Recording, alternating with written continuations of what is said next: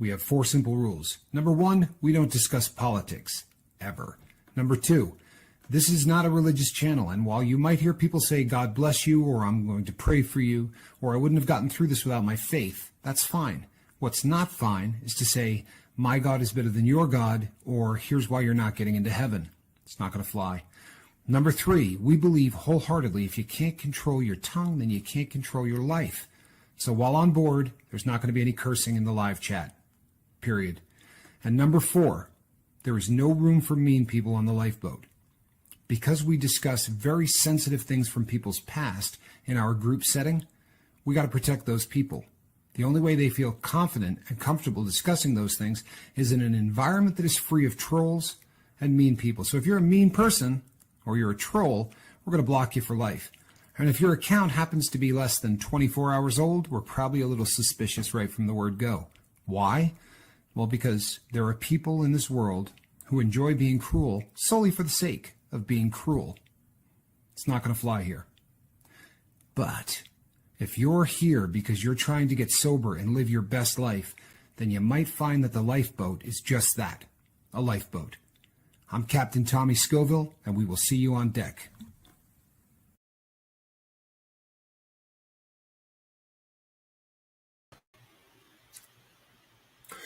Good morning, people. Welcome to the lifeboat.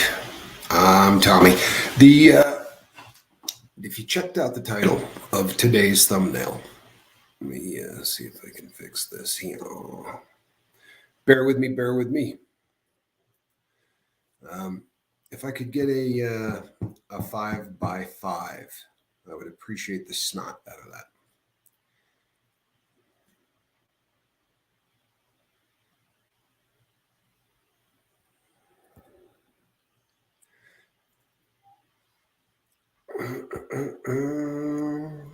There we go.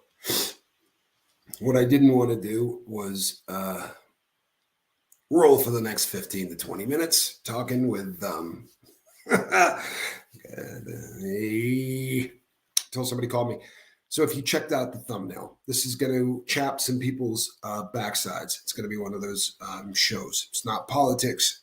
It is, however, there are people that really take rehabilitation to a fanatical extreme. Their opinions on it. Late last night, had an opportunity to speak to somebody who is who's far more well known than me in the rehabilitation game. And this guy is terrifying. This guy is so scary that I'm not going to say his name. We got into a debate, I guess is the nicest way you can put it, is that we got into I think it was a debate. Maybe it was an argument. I don't know. He doesn't like the disease model. It says that it's not a disease. I said, well, then how do you explain the fact that now with PET scans, a person can walk in, lay on that machine, get their brain scanned, and we can say that person absolutely has the brain of an addict. And he said, well, everybody's, got different things in their brain. I said, right, but all of the people. So this is where it really kind of went off the rails. He wanted me to explain, because this is this guy's theory. This guy's theory is this: anybody can go back to using, no problem.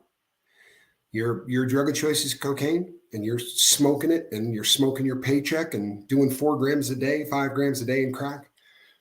He's going to show you how you can get your crack use under control so that you can still enjoy crack. And he says nobody can't be brought back to that point. And he had the ball sack, pardon me, to tell me that I'm dangerous. Pick your substance of choice, heroin, whatever. This individual can, and his routine can help you get back to functional. There is a test that was done in Finland, and I read about this probably a year and a half ago, and it's fascinating. The guy that did the study's dead. He died, I think, last July. It's a pretty interesting study. He did research on brains, And the distance that as your jumps the synapse, prolonged exposure to alcohol makes those synapses get larger, thicker. And for that reason, when you don't give it booze, it starts to push into other parts of the brain. And it's one of the reasons that anything can trigger you. Anything can drive you back to wanting to consume. So in Finland, what they were doing was they were trying to work on making a way that these people would shrink that. They would shrink those, those swollen parts of the brain. And this is what this guy kept citing this, look how successful he was. How successful is this guy? Well, they were all on naltrexone. Okay. So as far as I'm concerned, it's a infomercial for naltrexone. These people, decreased drinking over the course of 5 or 6 months. And that's what naltrexone does. It takes away the fun part of drinking so that you can sort of start to get your life under control, and you will eventually not want to drink because the reward center doesn't send down any dopamine.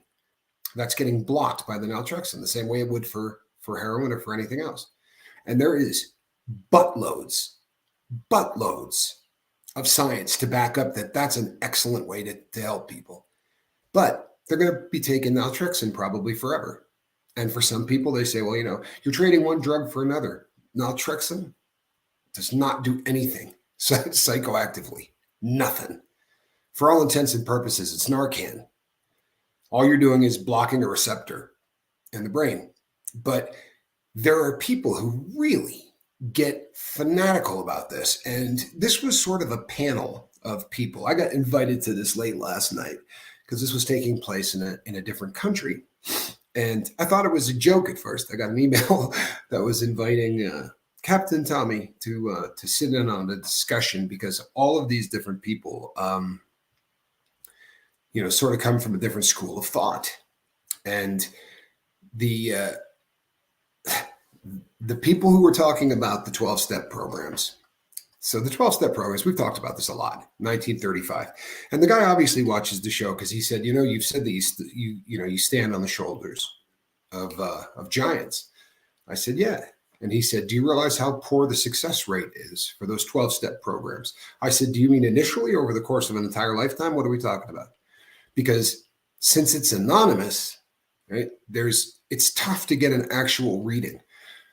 They say in the low 20s.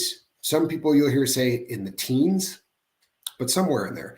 He said it's closer to 10. I don't know how he came up with that, but whatever. Let's say he's right. Prior to this, there was no treatment. So he said to me, how do you explain a guy who drinks every single day for 20 years and then one day just sets it down, never drinks again, doesn't have to go to meetings? I said, it could be explained a lot of ways, but it sounds to me like he wasn't an alcoholic. His brain wasn't set up the same way that the ones that they're taking pictures of. You understand that you can abuse drugs every day and not be an addict. You could do heroin every day of your life because you want to do it and because you're going to get sick if you stop. However, if they could get you off for 4 days, you'd probably never go back. Probably never look back because you're not an addict. However, the addict, it's a completely different thing. This is what makes it a disease. The W, the H, and the O absolutely have accepted this as a disease, and they didn't want to. Most of modern science didn't want to. Truthfully, when I started the lifeboat, there was still some people who were debating it. No one is anymore, except this jackwagon that I was having a conversation with last night. But the amazing thing is the concept of which idea is more dangerous. He thinks that there's a vested interest in 12-step programs to keep people in them. I said, have you ever been to one of those? And he said, yeah, when I first tried to get sober, the first time I went to one, not one meeting, but one, whatever you want to call it, one place of worship at the altar of AA, whatever the hell you want to call it. He went to a meeting house. I said, so you've seen how they do it, right? The people take a dollar bill out and throw it in usually in a wicker basket or whatever. I said, so their vested interest is what, for the dollar bills out of the pockets of all of the people in there? You think that they're making big money on every single person that's coming to Alcoholics Anonymous? Doesn't check out. It doesn't. And the funny thing is, I'm there defending AA. Now I can't stand it. I don't believe in it. I really don't. It doesn't work for me in any way. But man, I don't give a crap if it works for somebody. If it works for 10%, well then, God bless it. I think where they make their mistake is, let's say you had a really bad infection and you went into the hospital and your leg is swelling up. It's looking really nasty. And they say, we're going to give you some penicillin, right? And they give you penicillin. And 3 days later, the infection is not, gone down. In fact, it's getting bigger. So they say, tell you what we're going to do. Let's give you the same amount of penicillin. You say, well, that doesn't make sense. Like this is getting bad. Yeah, it's all right. So 2 days later, man, you're getting ready to go, septicemia. You're looking like you're going to die. And they say, I got it. Let's give you the same dose of penicillin. Instead of trying a different approach, AA does that. NA does that.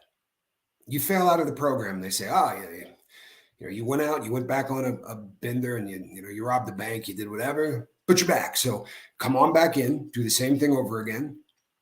It works for some people beautifully, but it is not a one size fits all. So for the 10% that groove to this, fantastic. I think it's higher than 10, by the way. I really do. I think it's higher than 10. But so what do you think is more dangerous? I said, even if these people, if your theory is correct, and I don't subscribe to the fact that this guy could tie his own shoes, much less this theory holding any water. But anyway, if we assume that his theory is correct, and these people are trapped into going to meetings as a way to remain sober, who cares? I mean, who cares? How's that dangerous? And he's like, well, look how much they changed their life. I'm like, yeah. They changed their life from hanging out in bars to a couple of times a week hanging out at an AA meeting. That's a bad trade. That's somehow a bad trade. I don't see it. The danger is you walking around telling people who have a disease that no problem. We could show you how you can be a social drinker again. Do you realize how anybody with a drug addiction, like if I had heard this asshat 8 years ago, and I heard a doctrine that this guy could teach me how to do smack and not get out of control, like do it for 2 days and then stop, wait a couple of days, then do it for 2 days and stop again. Oh man, he would have had me. Oh, he would have had me. I'd have been running through the door with a fistful of cash. Man, teach me. Teach me. I've said on the boat every single time, like you've probably gotten sick of hearing this. I've never told anybody that they got to stop doing everything they're doing. I said, I got to. I've played that game. I've tried that crap. I have absolutely no control. And he said, and teaching people that they don't have a control takes all the power away from people and it's going to destroy their life. I said, no. I said, trust me, man. If I was in a room with you, you would have the idea that I probably got more power in this game than you do. And I probably got more power as a man, just keeping it real. Because I'd like to slap the hell out of this guy, to be really honest with you. And he said, well, how do you figure that if you say you're powerless? I said, because you take the power back. You understand? You have a disease that should force you to do something for the rest of your life. And you overcome that by not doing it ever again. Your doctrine is, let's keep putting the infection back in. Let's, keep putting it back in there. He tells, these just ridiculous stories. And he says, the propaganda of the people that stay sober for 7 or 8 years and then, they relapse and they're dead within a month. I said, you believe that to be propaganda, do you? How much time have you spent around rehab? I said, good Lord, I could name off the top of my head 15 people that's happened to. Straight up. And he said, well, if it did happen to those people, it happened to those people because they were told for so long that they were powerless, and that if they ever stopped going to meetings or whatever, that it was going to end up killing them, that it was a self-fulfilling prophecy. I said, oh my God, how long did it take you to sit up, and come up with this dog excrement? And I mean, is it a hustle? How much you charging these people? Because this does not make sense. And I'm dangerous? I said, look, I don't tell people they got to go to meetings. I don't. What I tell people is addiction sucks, and you need to find a way to get off of the stuff. I don't shove God down people's throats. That's another thing he had a real struggle with. And he said, how about for me? He said, I am an absolute hardened atheist. In fact, I don't even like people who believe in God. And I said, I'm not shocked by that. You don't come across as a very tolerant individual. Maybe you just didn't like being in a room of other people, right? Maybe that was an issue for you because you're antisocial. Can't get along with people because you're an ass and nobody likes you. I'm just keeping it real, right? That could be an issue. So in all honesty, I wanted to do a series on this for a long period of time. And the thumbnail I made a long time ago. And then this thing happened out of the blue last night. So I'm giving you the background of what last night was all about. But that's not what this thumbnail is about. My issue and the "are you tired of being lied to" thing does have a lot to do with the AA and NA model. Those guys figured out that it could be treated. And for that, they're giants. But what happened after that is it got hijacked. And it also got indoctrinated into every single person that has anything to do with drug addiction, alcohol addiction, rehabilitation, treatment of any kind, the legal system, the incarceration system, anywhere, right? You got to do this. This is the only way. There's no other way. And I have an issue with that. So whenever I start coming across issues like that, I would like to get some statistics, do a little research, maybe deep dive, and let's see how successful this is. Because I figure, okay, look, since it's anonymous, and they really try to stick to that, then there's no list of all of the people's names and how many people were successful through such and such a period of time. So I thought, what I'm going to do instead is I'm just going to take a look at rehab. Right? Let's look at rehab centers across the U.S. and try to figure out what kind of success rate that they have, because they're using the 12-step model in 99% of them, right? Cognitive behavioral training is being used in some places. There's a few other modalities that are starting to make their way into the rehab community, but I bet it doesn't make 2%, So NA and AA is what you pay for. When you pay for $50,000 a month rehab, you get to pet horses, right? They have equine, hot rock massage, yoga, hot yoga, and then 12-step programs, right? Same meeting you'd be going to at your house. And you get to do some cool stuff when you're not in the meeting, and they're going to build your insurance company a fortune for it. And it starts making you wonder if, they got a vested interest in you coming back for the same dose of penicillin, right? I know people that have been to the same rehab center 4 times. Maybe that's not the one for you. You know what I mean? I can see giving it a second try if you think to yourself, well, I didn't give it my all. I didn't take it really seriously. And when I was in group, I wasn't, I wasn't really sharing or doing any of that. So maybe I'll go back and I'll give it another shot. But 4 of them, to me, that's just a really slow learner. Like, you didn't figure out that this is not for you by the 4th go around. So I start trying to do some research on these.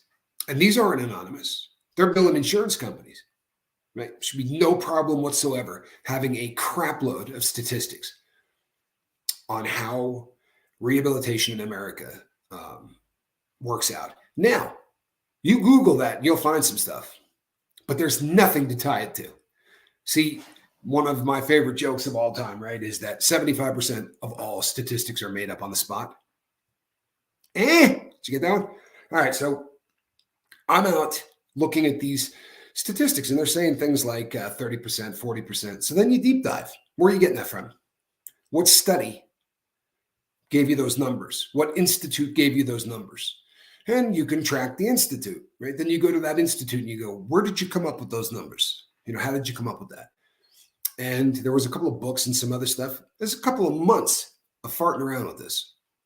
And what it comes down to is we don't have any idea. True story.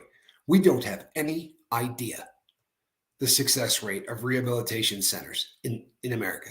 No idea. They don't report. Now, there are a couple of them that will say, this is our success rate. But there's nobody to make them prove it. There's no governing board that's going to say, you said you got a 50% success rate or a 60% success rate. Okay, let's see the list of all of your patients and how long they've been sober since they left the facility. There's none of that.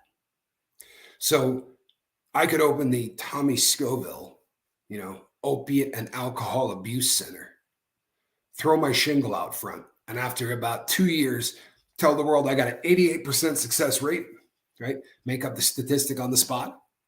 And no one's ever going to come knocking on the door to ask me where I came up with that. That's a friggin' issue. That's an issue. There's a whole lot of people being lied to.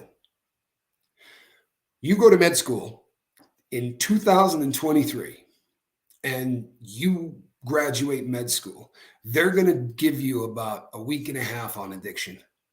For real. All that time you spend in there. I've talked to multiple doctors who either graduated in the last 2 years or are getting ready to graduate. And they say that unless you want to go into that as your specialty, you're not going to really learn anything about it.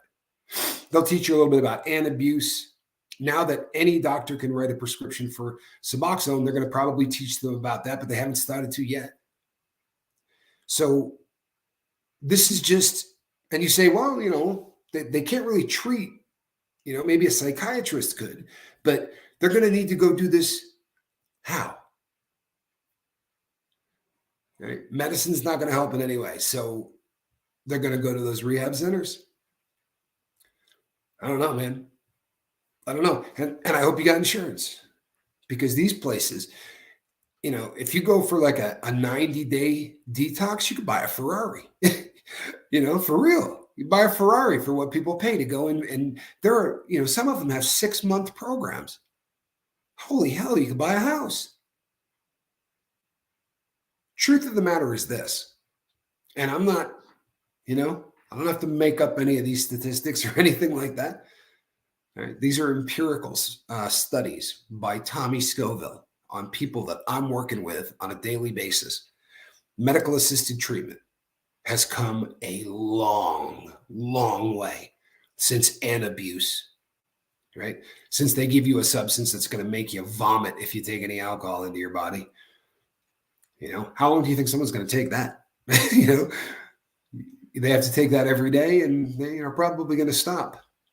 But there are some medical assisted treatments out there that is showing remarkable success. The success rates of them are through the roof when you compare it to anything else. Now, do we know what it's going to do in 35 years? No, because they haven't really been working on this stuff for 35 years. So as it is with so much with drugs, we don't know.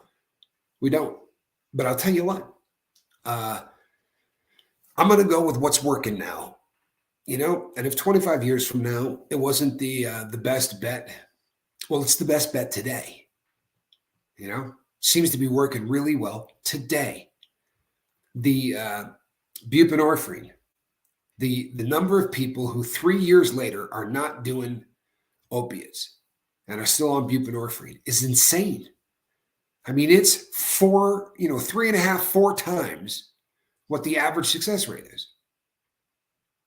I think doctors might want to learn about this. That might be a good idea. But the The most important thing, in my opinion, and this is my opinion, you guys, you don't have to agree with me. For God's sakes, you never have to agree with me. But in my humble opinion, the real danger that's taken place is this one size fits all crap. That's the real danger. And we don't really know the lifetime success rate of AA or NA. Most people put it in the low 20s. And by lifetime, I mean you pass away and you weren't using your drug or alcohol, right? Your substance of choice. That's a success rate, lifetime success rate. About 20%, somewhere in there. Okay. Is that great? Probably not. It's probably not great. But do we really know what that success rate would be if the people voluntarily went there? I mean, the first thing they tell you when you walk in the door of that place is you got to do this for you. You can't do this for anybody else. You got to be ready to quit. And, if you're not, go back out there, party a little more, hit rock bottom. That's a great doctrine right there. That's good thinking. Send them back out to do a little more fend. Good thinking. All right. I wonder how many people get killed a week from that asshat concept. People, there needs to be a renaissance in how we treat alcohol and drug addiction. There needs to be a center somewhere, maybe a chain of them, where when you walk in the door, they've got 10 modalities. They got 10 modalities. So they kick you over and you go to the 12-step program, and on day 2, you're like, this doesn't work, man. Like, I don't like this. I don't like the groups. I'm uncomfortable. Everything they ask me to do. Okay, fair enough. Not kicking them out the door. Good. Let's get you with a counselor and talk to you. Let's figure out exactly what the problem is. And maybe we'll try you on cognitive behavioral training. But there are things we've learned since 1935 that they may not have had a handle on when they came up with this stuff. We know that you can strengthen your chances of success dramatically if you sleep, right? You get 8 hours of sleep, you increase your chance of success by exponential numbers. We know that if you work your body out and you work your mind out, that you got a much better chance of being successful in recovery. But you ever go to an AA meeting where somebody says, all right, listen, we all need to start doing a little bit of exercise. It'd be a really good idea. They don't even pound out. They got that, those 12 steps. And that's what you're going to do. You're going to stick to those 12 steps. I think that they're designed to keep you working so that you've got one thing to do after another. And what I do is far less structured. And there's a lot of people like me now, by the way. But this kind of situation is far less structured. We don't force you to do anything. But I will tell you, writing letters, goodbye letters to your drug of choice will help you dramatically. Can't force you to do it, right? You're not in a rehab that I'm going to kick you out of if you don't do it. I'm not going to force anybody to show me the letter, but it will increase your chances of success. Journaling before you go to bed at night, getting rid of everything that you've got in your head. Just let it flow. Get it out onto a piece of paper. If that's tough for you in the beginning, well, then just write down what you did that day and watch what happens as you start writing that down. I got up, ate breakfast, I went to work, started to work, and that jerk Mike started doing. You will start to look at things will jump out of your mind onto that page. Instead of getting worked out during your sleep through your subconscious, it's going to leave it in that book. And then when you get up in the morning, fresh from sleep, and your brain has got a puzzle piece of crap that it's been doing all night long, right? Dreaming about elephants and prison guards and, syringes chasing you, whatever bizarre ass dreams that you're having that don't make any sense to you, right? You wake up in the morning, your subconscious has been having a field day, and now your conscience is trying to put pieces back together really quickly without you realizing it's happening so that you can function Get all that crap out of your head. Write it down. It doesn't have to make any sense. Trust me, this is going to make your chances of success in everything. It just means sobriety. I mean, in life, you got to start thinking when you get up in the morning. I don't care what you do for a living, right? Doesn't matter what you do. Thinking is going to start happening as soon as you wake up. So you want deficit? You want to start the day not doing well? Okay, then leave all that crap in there so that the parts of your mind you're not conscious of are trying to reassemble all of these crazy thoughts from the night before. While you're trying to have a thought like, what dress do I want to wear today? Do I have a meeting? Yeah. So you're trying to put all this stuff together, and the back of your head's having a party, trying to figure out what the hell's going on from last night. Just take 10 minutes. Do a little journaling. Then what do? You run out of the house late, pulling a shoe on the way out the door, doing that hopping routine. Get something to eat? No. I'll grab a little coffee, though. I got news for you. Your brain does not start working right if you do not give it fuel. It's amazing how small that little ball of jelly between your ears is. But how much of the calories that we take in daily go directly to the brain. So when you aren't eating 3 times a day, I assure you, you're not in your right mind. Now, you may not be so not in your right mind that you're going to go rob banks or beat people up or do anything really stupid, but you're not in your right mind. The more you're in your right mind, the less a chance you have of going back to the lifestyle that you had before you decided to quit doing your substance of choice. It's really pretty simple. There are things in rehabilitation that are studied. And I mean studied the way that they're supposed to be studied. Double blinds, empirical over 25, 30 years, right? There's been studies on some stuff. So there are a few things that we can look at or point to and say, this is actually a fact.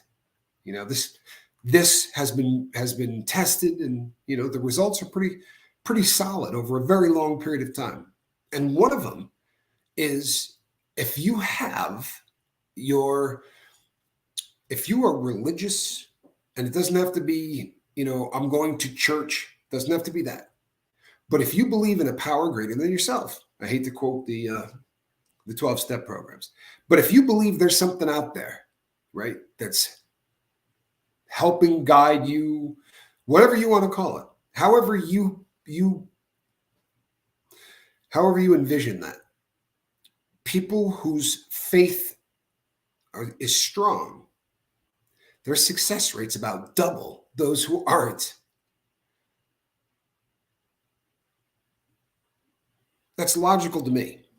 It really is. And I don't mean I believe in God, but let's say there isn't a God.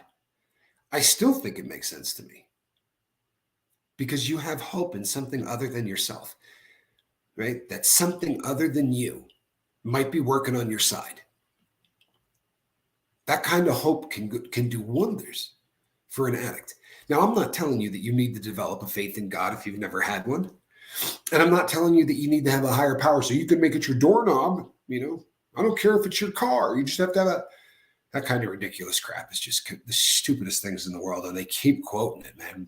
The first time I went to one of those meetings was like 30 years ago. And those people are still saying that. It can be a doorknob. Yeah. You know how that doorknob thing works out for you. Seriously, I don't see that one working. So come up with your belief system. How's that? Doesn't have to be God. Doesn't have to be God. You can believe you're God for all I care. But have a belief system. Have something in place that you can point to in your own dome and say, this is who I am. This is what I believe. You can believe that there's no God, but spend a few minutes trying to figure out what it is then. Did we crawl out of a puddle? What explains intelligent design? What explains that, the Fibonacci sequence just keeps coming up in everything, right? Flowers, trees, humans. right? You look at it and that number sequence just continues to come again and again and again and again. And it's in so many things that scientists are now saying that we live in a computer simulation because they can't wrap their head around anything else. But they are seeing intelligent design everywhere they look. And the more computers we got and the better technology we got, just keeps coming back to the same thing, right? That something designed this. So whatever you believe, even if you believe we're in the Matrix, whatever, but have it worked out. And the reason I say that is there have been many great thinkers over the course of history who have said things like, every man is born with a God-shaped void in their soul or inside them. And when it gets filled, they tend to live a happier life, a happier existence. Whether you believe in God or not, there's this search of life that everybody goes through, right? Some people hit it at 20 and they're lucky as hell. And some of us hit it way too late. But you start saying, why am I here? Is this all random? If you're not going to have that thought until you're 4 or 5 years into your sobriety, those thoughts can derail the crap out of you. They really can. This is some existential stuff that you got to sit down and really work through. I would recommend doing that while you are starting to rebuild who you are. What's that person going to believe? And know this. Know that you're probably going to be BS'd something fierce if you try to get into the traditional system. The amount of money that the rehab industry makes annually is staggering. It's staggering. And there are lobbyist groups. You're going to love this. There are lobbyist groups that have tried to short circuit pharmaceutical companies from rolling out drugs to treat addiction. For real.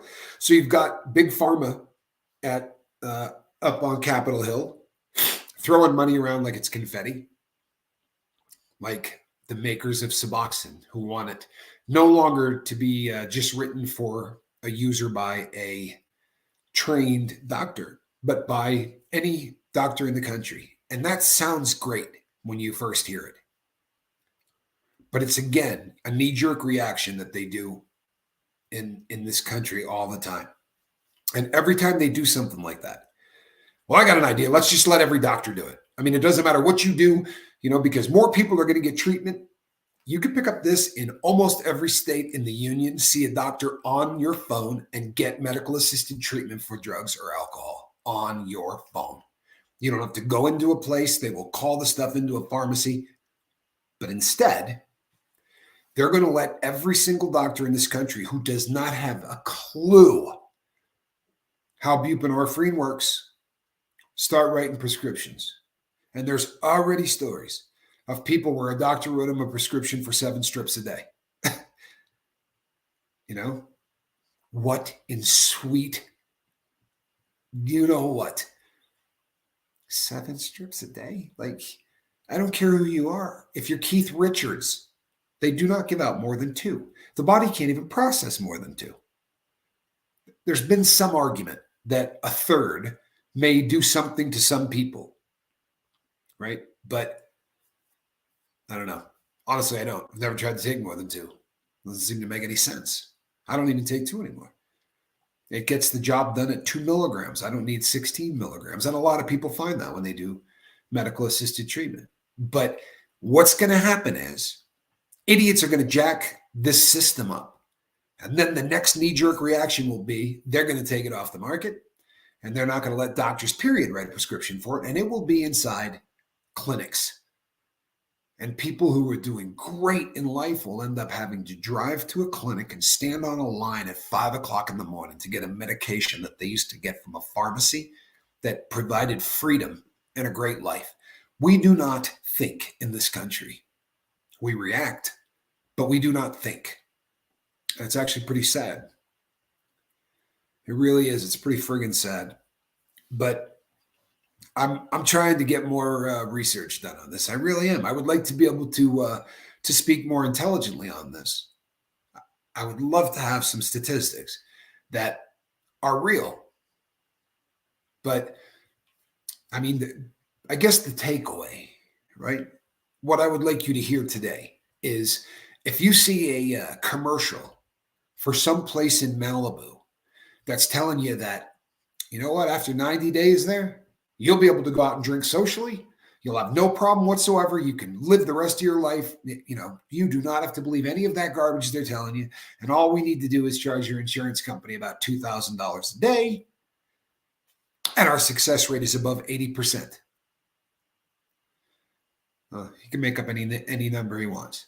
There's no governing boards. There's nobody to check it. There's nothing. And if they wanted to, let's say you got really pissed and said, all right, I'm taking you to court. I went through your system. It didn't do anything, right? Then I got into a DWI car wreck and, you know, I'm looking at prison time. Well, you start trying to sue the place. They say, can't tell you success rates. That would be talking about individuals. We don't write any of that stuff down. This has got to be anonymous. Now, why does it have to be anonymous? For real. Why does it have to be anonymous? Because our disease carries shame with it. And apparently they want to keep it that way.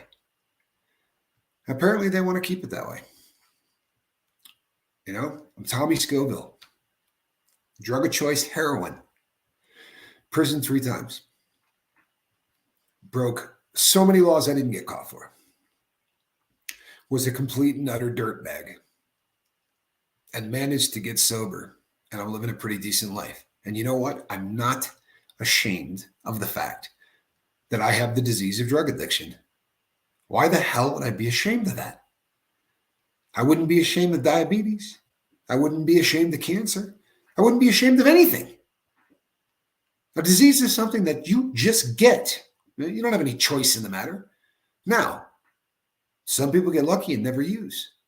Some people look at their parents and go, boy, I'll bet you I'm already a drug addict because I watched those two just really butcher their life. So I'm not going to drink. I'm not going to smoke. I'm not going to try anything. Those people are out there. Are there a lot of them? No, there really aren't. Usually even there's some kind of experimentation, and very often that leads to addiction. But you'd be really shocked at what they say the number of, when you start going into these statistics, they say that there are 18 million people who suffer from alcohol abuse disorder in the U.S. That's what they say. I have a struggle with that. Let's say the question is, how many people in the U.S. are abusing opiates? Who the hell is going to answer that? Who's asking the question? And how many people are going to tell you the truth? See, you've made this an embarrassment and a stigma and something to be ashamed of for so long. And then you make studies like this. You think anybody's telling you the truth? Hell no. Hell no. You've made this, the scarlet letter that you wear, drug addict, alcoholic, tweaker, right? He's a drug addict. So how the hell do any of these statistics mean anything? We have to go with the assumption that we believe that the people they asked were willing to tell them the truth about something that in many cases is illegal, or at the very least, something to be shamed for. They'll tell you the number of people incarcerated, what percentage of those people have drug problems. Those statistics are pretty real because the people in prison don't give a crap. You ask somebody who's already locked up if they got a drug problem, they're usually going to tell you, yeah, I would like to get some treatment while I'm in here. I would, you already locked me up. Maybe I can leave a better guy. I think the statistics are pretty good about the people in there. Now, and you can't carry that to the outside because obviously, people who end up in prison tend to very often, the drugs that we do lower our inhibitions, right? So our decision making isn't where it should be. And sometimes you get a really expensive habit you can't pay for. So you try to rob your way to get it, or you end up doing banks, or you end up breaking the law to continue your habit. You just go to rob a dealer and the guy ends up pulling a gun and you shoot him. Like, the stories are everywhere of terrible crap that happens like that. You know? But the takeaway is you really can't believe any of these statistics, any of them. And before you go off to one of these spas that is going to charge you enough money to gag a maggot, just know that you could get the exact same treatment at your local church for free, right? They'll have an AA meeting there, or the local Rotary building or whatever, but you can go to an AA meeting in town and you're not going to have to deal with the 50 grand a month bill. Unpredictable Tony. Ah, welcome. It's good to have you. I love the name. And if I've seen you here before, I apologize, because my memory is not what it used to be. I'll be really honest with you people. My memory is not what it used to be. Today, my eyes are doing all right.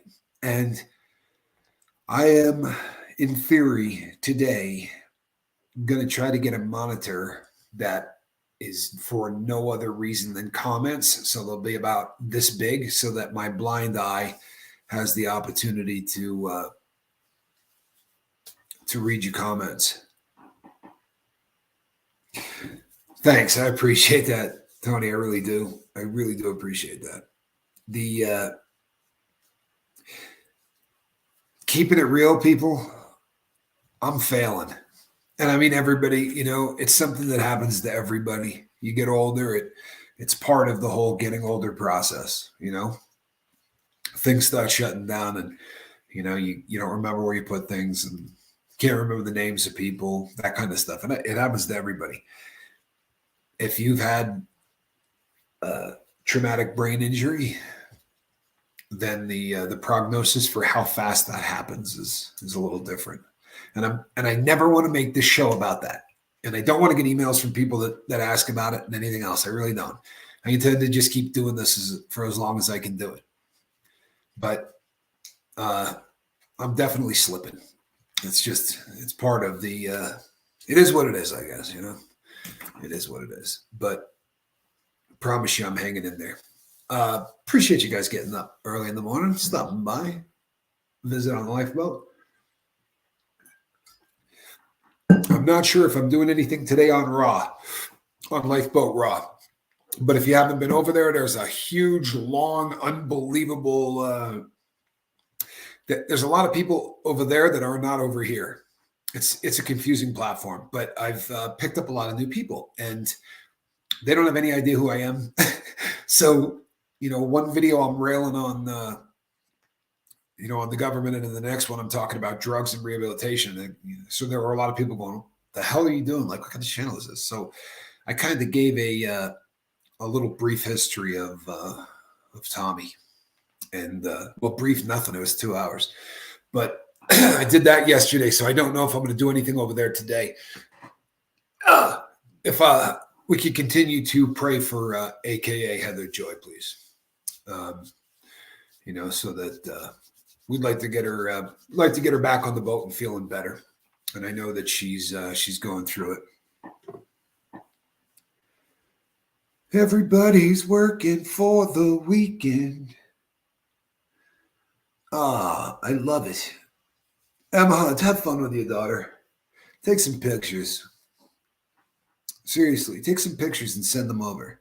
Oh, while there's that pile of you here, before I shut this thing down, if you don't see a live chat on Rumble, then get out of however you got there and don't use the app, because on certain devices, I don't know if it's Apple, one or the other, that won't show up. So what you do is leave the app, just Google the word Rumble, and then get in there that way. And you will see, you should not have a problem seeing a live chat so that you can participate in it and do the whole, you know, be part of the whole thing. That would be, and then what is the other thing I was going to say? Oh, and hit the Rumbles, man. Everybody smack that glove symbol. Apparently, to be really honest, I have no idea what that does, but apparently it's a big deal. I have not figured that platform out. It's confusing as hell. It really is. There are some really tough things about navigating it. I hit a button and on this setup that I have now, and I can go live. And it's through a streaming service, so I can pull people in. I can do whatever I want. And the streaming package is about the most expensive one that I could get. So it's got a lot of bells and whistles that I'm starting to learn.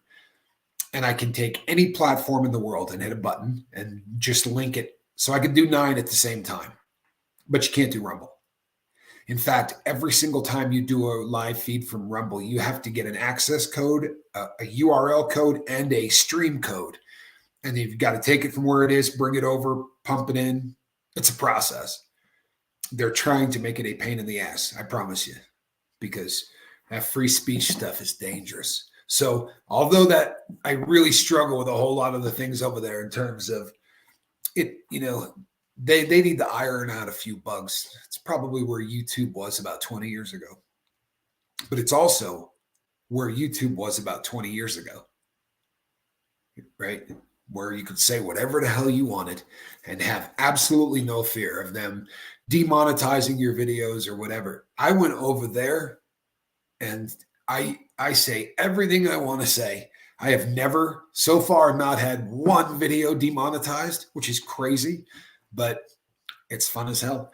All right, peeps. If I'm going to go live over there, maybe I'll, hit the bell for notification over there. They do have a bell for notification. Whether or not it actually works, I don't know. So if I'm going to go live, maybe I'll post it in the group page. Maybe I should make a habit of doing that every time I go live. That would be a bad idea.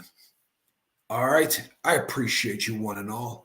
I will see you 11 hours from right now on the deck of the lifeboat. I am Tommy Scoville. Have a great day, people. Make it a great day, people. Do it.